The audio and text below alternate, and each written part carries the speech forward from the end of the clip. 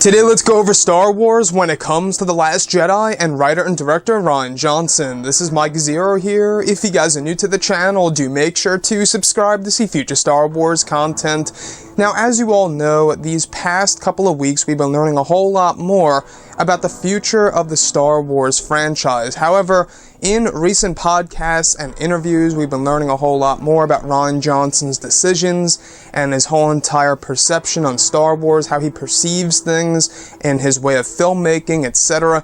Now, we've been going over the original ideas of some of the characters that Rian Johnson implemented in The Last Jedi, such as Luke Skywalker, Kylo Ren, you name it, and we actually learned a little bit more about his original ideas while writing the script for Supreme Leader Snoke from recent interviews and podcasts. Now, as you all know, guys, Rian Johnson, a lot of the decisions that he put into the movie, a lot of people out there did not agree with them at all, and that's what caused a backlash against the film itself. So when it came to Supreme Leader Snoke, while writing the script, originally he wasn't going to die and introduce new and wild force powers while fighting Rey, had no Praetorian guards, no red curtains in his throne, just windows, and wanted to reveal he was really human, but left him as a humanoid as J.J. Abrams originally wrote him as in The Force Awakens. Even thought of giving him a lightsaber, but tossed the idea because it was not necessary.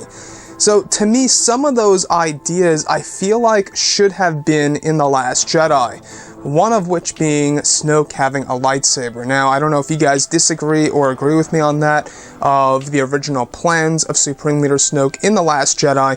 We do know one big thing about that character is that he is indeed not a Sith.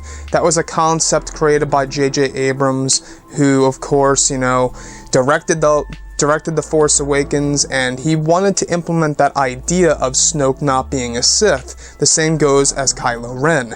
Now, could Kylo Ren become a Sith in the, Star Wars Episode 9? It's a possibility, for sure. It's a complete possibility.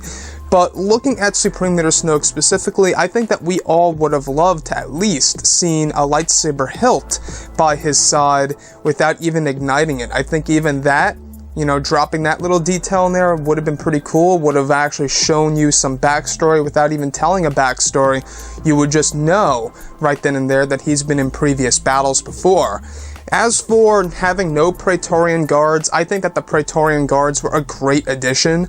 I think it actually gave us a nice fight scene, although I really do wish that we had that lightsaber duel in The Last Jedi. That was a replacement, so Rian Johnson, though he didn't include a lightsaber duel, in order to sacrifice that idea, he had to introduce a new concept of both a dark side and a light side user fighting together against, of course, Snoke's guards. So that made up for the lightsaber duel in Rian Johnson's mind. But I still feel that Luke and Kylo should have really locked lightsabers at the very end of this movie, but they couldn't, of course, because Luke was a Force projection, and that would have contradicted everything in Rian Johnson's mind. Now, the other thing, alright, the fact that the whole entire throne room was going to look different without the red curtains, like I say, I think that the red curtains were a great addition. It really does give you that sinister vibe. It really does change things up a bit from Emperor Palpatine's throne room. So I really did, like that addition. As for the new and wild force powers while fighting Rey, which we didn't get in The Last Jedi, I feel like that we should have at least seen, because we actually got that in the Return of the Jedi, where Emperor Palpatine is using his Force lightning on Luke Skywalker. I wish that we got something around the lines of that, where Snoke uses a new power against Rey. So the fact that Rian was, writing all these different ideas and crossing them out for Supreme Leader Snoke really does make you wonder what could have been when it comes to The Last Jedi. So Supreme Leader Snoke, we do know that there's a lot of rumors and leaks out there, take them all with a grain of salt, that he may return in some way, shape, or form in Episode 9. Apparently Ed Harris is cast as a younger Supreme Leader Snoke. We'll have to wait and see if that comes to fruition. But overall, Andy Serkis, I believe he did a great job as this sinister figure in the sequel trilogy. He's one of my favorite characters, honestly. He really grew on me, and it was kind of a shame to see him get killed off so early in physical form.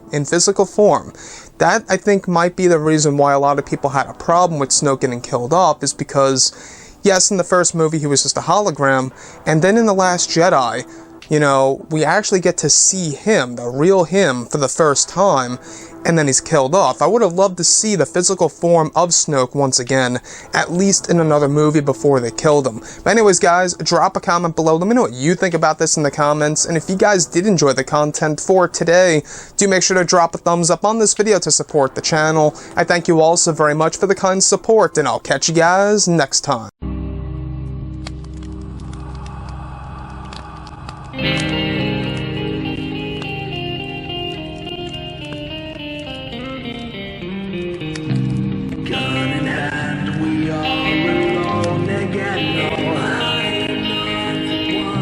From night to moon, we hear them moans again.